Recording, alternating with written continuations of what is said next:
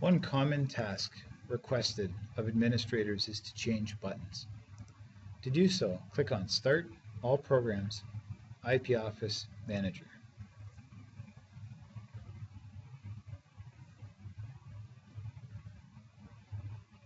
When Manager opens, it automatically looks around the network and lists the IP offices available. Click on the one that you wish to program, and then click OK. The username is administrator, and so is the password, so go ahead and copy and paste that.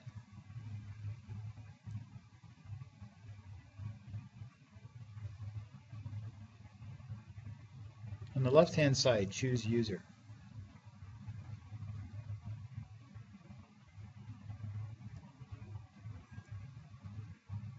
Click on the username of the person that you wish to change.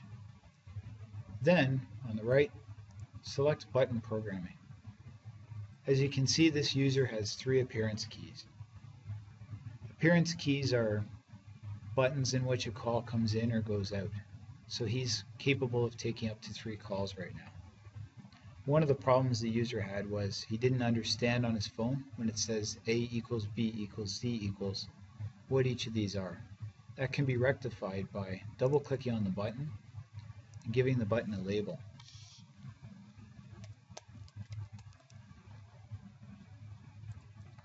We'll name each of these keys an intercom.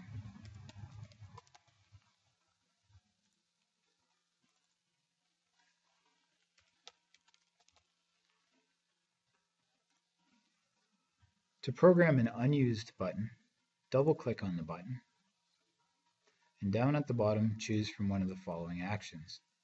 A dial action simply dials a number. It might be used for a speed dial. If it's used for a speed dial, don't forget the prefix of the dial-out digit.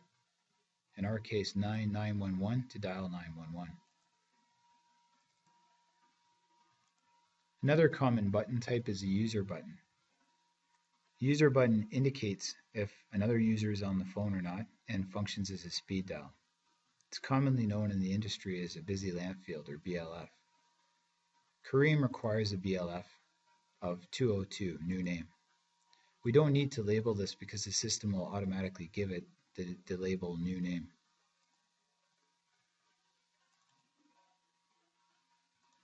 Lastly, Kareem requires a twinning button. To do this, we'll click on Emulation, and you'll notice a list of really commonly used buttons. They're listed alphabetically, so twinning is near the bottom. We'll click on it, and in the label field, we'll label it twinning. And now he has a twinning button. Click OK when you're finished programming buttons, and then click on the Save icon in the task tray.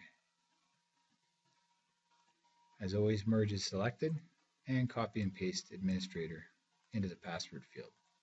Click OK. You've now changed the buttons on an individual user. If you go take a look at that user's phone, the new labels will show up and the new buttons will be present.